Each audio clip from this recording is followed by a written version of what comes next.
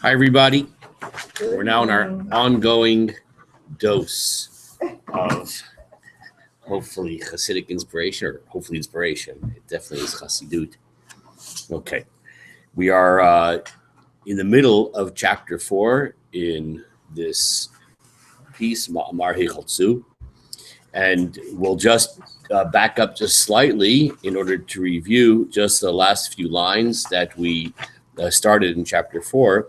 And we talked about the fact that the force of evil, klipa, force of concealment, represented by midyan, is very different than the forces of klipa, of concealment, represented by the 7 Canaanite nations.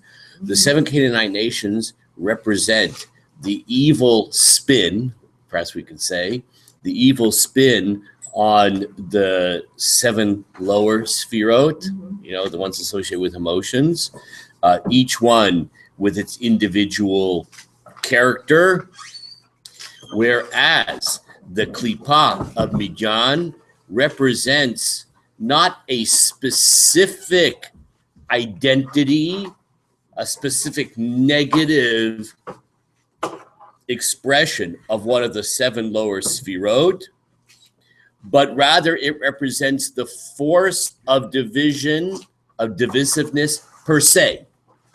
So whereas the 7 Canaanite nations represent the effect of divisiveness, right? What happens after you're already divisive, and then you have the distinction and differentiation into the 7 different types of differentiation.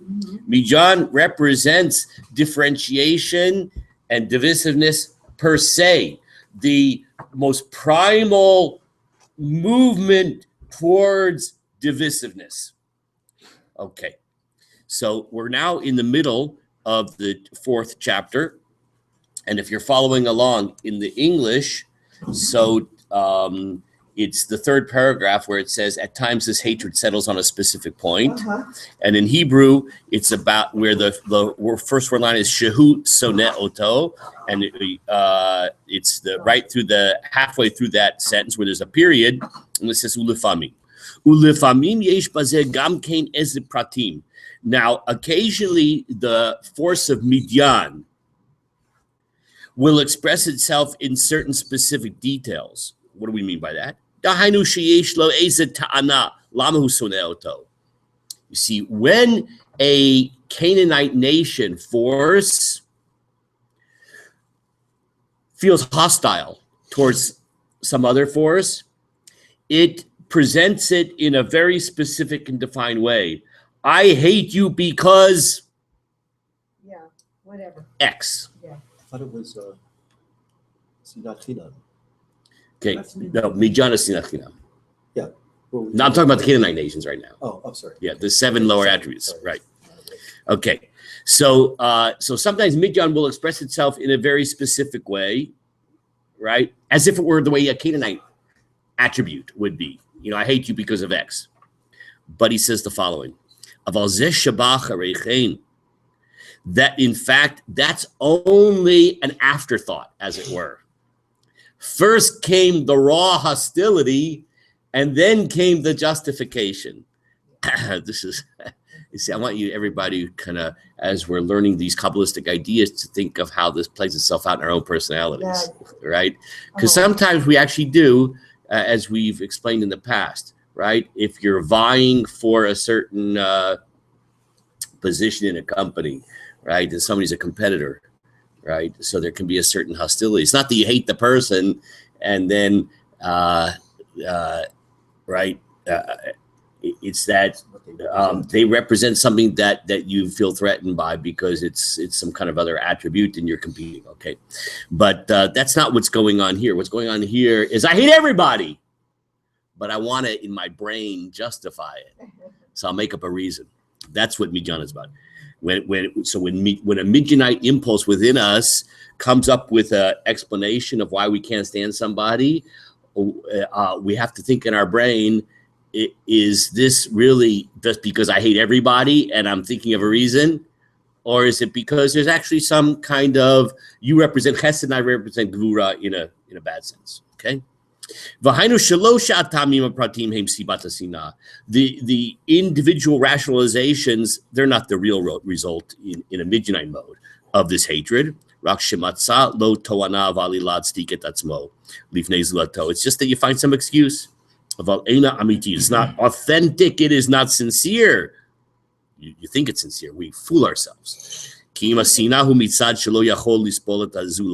It's because the hatred is coming from something much more primal, even primatal, like gorillas in the jungle. With all due respect to gorillas, I don't know, maybe they're nice. Okay, this is where we ended last time. The real reason is, remember we talked about this word yeshut, yeshus. This is the takeaway word. Shehu chashu b'nei atzmo, that you feel yourself as being something. By the way, did anybody, you got your e-blast, the shul, the KITC? The what? It went out. You know, the e-news? Yeah, did you get it? Yeah. Okay, read it. My Dvar Torin. We'll try to save that. Oh, good. So you say, do it then. It's exactly on this issue. Oh. Okay? So when a person feels they're being something, I'm a something. Ubichlal inyana yeshut vargashat atzmo, and included in this idea of feeling yourself a yesh, a something, and where you feel yourself. I mean, these words are amazing. Hargashat atzmo. You know, I think most people would think you maybe need to be put in a mental hospital if you don't feel your own existence. But there's something poisonous when you feel yourself being very something, right? Shemargish tatzmo ma'od, when you feel yourself a lot. It doesn't mean, right? You have full of yourself, arrogance. Yeah. And it's arrogance in the most raw and pure sense. That's why you can't stand the other person. It's not that, oh, why does this person always talk so much in class? Who does he think he is? Or why does he park his car like that? You know, that's an excuse. He's breathing my air. He's breathing my air. Oh, I like that. He's breathing my air. That was good. He's in my space. And in my space, same idea. It's because a person feels so full of themselves and so big that there's no room for anybody else. As he's breathing my air, he's in. What did you say, Elisheva? He's in my space. That's exactly his next line. He's in my space. There's no space for anybody else. Someone else's existence in that person's warped brain is reducing his existence. Your very existence, the very reality of somebody else impinges upon me. Why? Because I am, I'm going to use a really distorted idea, but it's going to be apt. I'm Ein Sof. I'm infinite. I take up all available space. Well, if I take up all available space, the mere existence of anybody else rubs me wrong because I take up all space. Larry, how you doing over there? So do you think that characteristic, that idea, that personal view is, I mean, it seems to be alive today. Yeah, you know, the idea that let's not get into too much here since we're being monitored by the NSA, but the notion of my way or the highway, and that includes every human being in the world. That's an amazing expression. It's also infinite, has this idea of like it's infantile, that's for sure. That's why nobody else can be tolerated, because I take up all space. So it turns out that the real reason, the real root is yeshut, this feeling of I am everything, I am substantial. And that's why everybody, you have an adversarial, oppositional relationship with everybody. The opposition, the adversarial relationship is not because of some specific detail. It's just because you exist. I hate you because you exist. The very fact that something else exists, that diminishes my substance. Ubazehu minegedlo. And for that reason, he represents something oppositional. Veno yachol l'sovlo. And therefore, I can't tolerate that other person. Ubasitra de kedusha de ikaruhu abitul. Now that was all the bad news. Now let's go to the opposite. When it comes to the side of holiness, sitra de kedusha, the side of holiness, de ikaruhu bitul. So what's the essence of holiness? Is the exact opposite of yesh. The opposite of yesh, we're going to now learn another Hebrew takeaway word. So yeshut was I'm everything, I'm right, is bitul. Bitul means self-negation. Humility in the most profound sense. So then when a person it doesn't take any space, there's room for everybody. There's room for everybody. Come on the bus. There's always more room. There's room for everybody, right? Because I don't take up space. I don't take up space.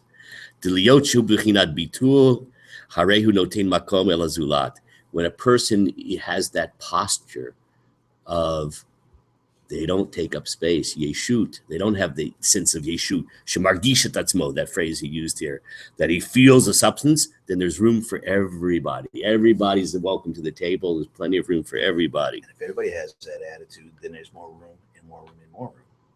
More infinite. There's infinite room. Come on in.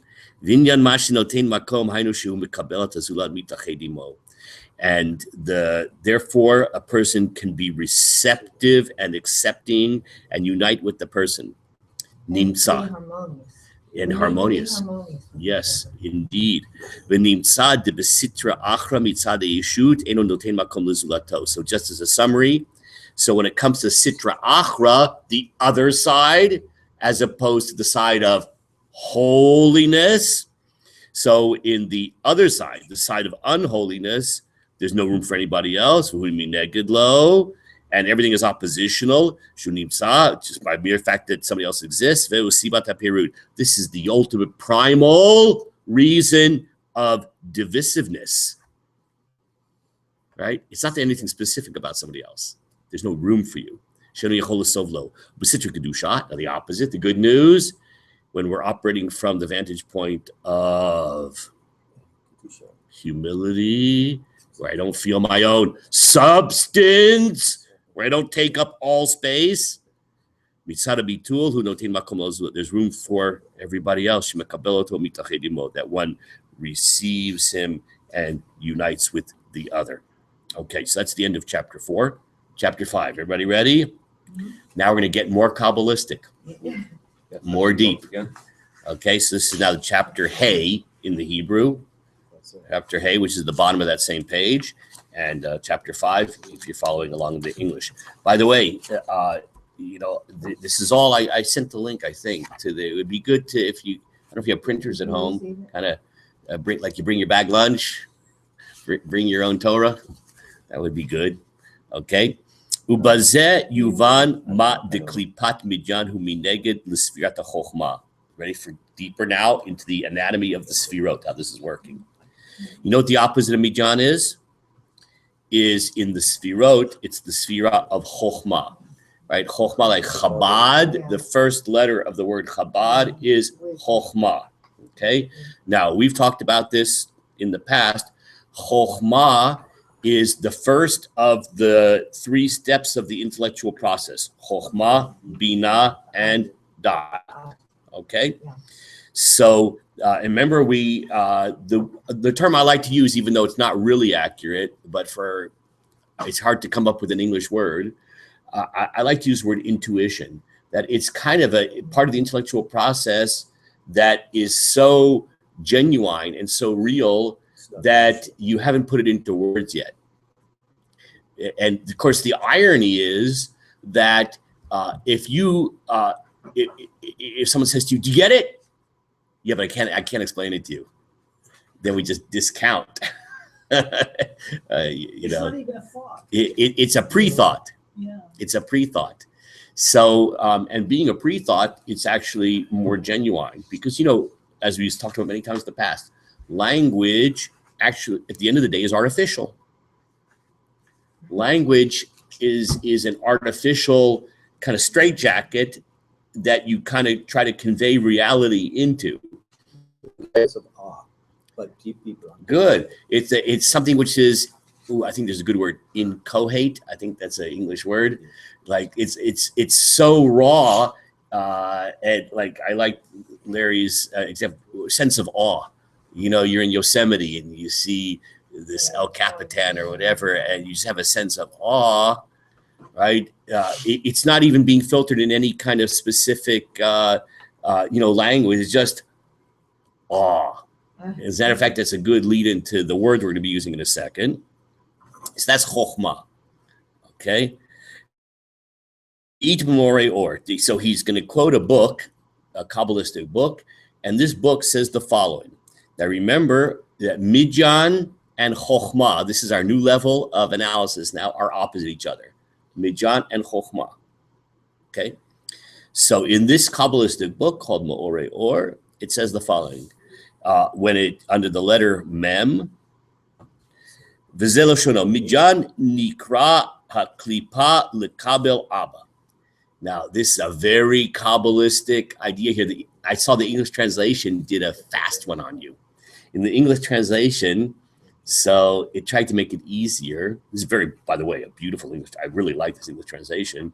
But here it kind of made it easier for you, which is good. But it's not quite a literal translation of the quote here. The quote actually says that Midyan is called on the level of klipot, the opposite of Abba.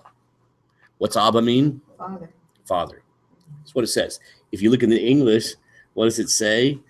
It says that Midyan is the name of the klipot that opposes chokhmah.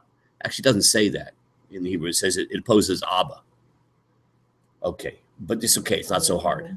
See, the word Abba, which means daddy, father. So in the Sfirot, that's associated with the Sfira of Chokhmah. See, the next Sfira is the Sfira of Bina. That's called Ima. So we got Ima and Abba, mommy and daddy. So Chokhmah is Abba and Bina is Ima. Okay? Because Ima, and if you think about it, did you get parental permission? You bring a letter from your parents? Yes. That may be hard to do for most of us here. Yeah, okay. So Chokhmah, what's the letter in the Hebrew alphabet that represents Chokhmah? We talked about in God's name. The Yud. What's a Yud? A little tiny point. Okay, a little tiny. What's Hey? The next letter. That's Bina. Okay. What's it look like? It's a box with a door. Yeah, with a door. Yeah. What's a door used for? You can go in. So you'll forgive me. The Yud represents the man. It's Abba, right? Daddy, right? Because that's the seed. It's the sperm. But the sperm has to flow into the womb. The Hay is the womb. It's a box with a door. Okay? And only then can it then spawn the midot, the attributes. Okay? Isn't that amazing? Yeah, isn't that amazing? Yeah. Isn't that an amazing, deep idea? So that's why it's called Abba, because it's that seminal. That's a good word, seminal point. Right? In English, that's a word. It doesn't necessarily have the Freudian over there saying Zeph needs therapy. I got a question. Yeah, and then Bina, just to finish, and then Bina represents, that's the feminine, right? It's the receptacle. Yeah. And then out of that becomes the germination, the spawning of the chesed growth. But it has to take root. That's the vav. Go ahead. So when you talked about that yesterday, then I where is Dot? Yeah, Dot. That's actually just said. I said it too quickly. You know what? You have to have It's interesting because I was just reading recently. I had this amazing case that came to me about surrogacy in Jewish law. A real case came to me. I got a phone call about this. You know, for yichus. when the sometimes a couple who's infertile, so they use a surrogate mother, right? That right, that there's actually a mother that acts as kind of a incubator or something like that, and she takes the egg of the mother and the sperm. They're actually put together in a petri dish. Sorry, and you stick it in the womb of the mother. But the why is it that people have to resort to surrogacy? So sometimes the problem is the following. Just because I should have my father give this. He's a gynecologist. This aspect of it. I hope this is somewhat scientifically accurate. Just because the sperm enters into the womb, the story doesn't end there because it has to take a hold. And even sometimes if the sperm and the egg meet each other, go on a couple of dates, and then decide to get married, so they have to sort of implant themselves successfully within the womb. So that's the vav. The vav, which is the attribute of dot, right? Dot represents the integration, right? It's the flow down, the implanting, the taking root. So that's so you have the yud, which is the sort of the seminal initial, and then you have the hey, which represents the womb, and there's a door you can go in, but then it has to be implanted. That's the vav, that's dot, and then you have the midot, the 7 attributes, right? Yes. Okay, so it's enough gynecology for today. So that's what it says in this book, that the attribute of mijan is opposite to the attribute of chokhmah. That seminal, germinal, pre-intellectual. Someone had another idea. Someone used a word here that I was good. We said it wasn't really intellectual, or someone, whatever. Okay, you get the idea. Ukiyadua. We turn the page in Hebrew. De chokhmah hu bichinat bitul, because chokhmah represents the idea of bitul. Remember, those are the takeaway words. Yeah. Bitul, or in Ashkenazi pronunciation, bittul. Bittul. So you have yeshus and bittul, or yeshut and bitul. That yeshut, substance, that's mijan. Bitul, that's what we try to be, right? That the idea of self-negation, okay? That's chokhmah specifically, the sphere of chokhmah. The ze inyan chokhmah. As a matter of fact, the Hebrew is so beautiful. The very word chokhmah means the power of. If you take the word chokhmah, it's spelled with 4 letters. Chet, chaf, mem, hey. So the last 2 letters of the word chokhmah are mem, hey. What does mem, hey spell? What? Ma. Yeah, what? Okay? Yeah. And the first 2 letters, chet, chaf, just reverse them, mean koach. So the power of whatness, of ma. Now, what is ma? So watch this, my fine feathered friends. If you take a look in the Torah, when the bulls go to Moshe, make his life miserable. Korach? Yeah, this is the typical relationship between a rabbi and his flock. Not with me, thank God. Okay. And so Moshe says, "V'nachnu ma kitalinu." We are ma. We are what? Yeah. That you're That's that you're right. complaining against That's us. What's What's Moshe trying to say? Bittul. We're not. Who are we? Who are we? The word is v'nachnu, right? And we are ma. That word ma, because ma is another way of saying we're nothing. Yeah. Well, what are we? We're nothing. Yeah. Like, I understand if I was like exactly, Korach is everything. Yeah. No room for anybody else, right? And because what does the Torah say about Moshe? He was the Anab Mikol Adam. He was the most humble of people. So and that's what Moshe is saying. Like, I understand if I was a despot, some kind of dictator, and I'm taking all your money and everything like that. But You rebelling us? V'nachnu ma.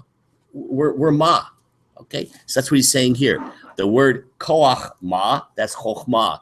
It's the power, it's the attribute of nothingness. The word ma stands for nothingness. Mashu b'chinat habitul b'tachlit. It represents the absolute sense of nothingness, of profound humility.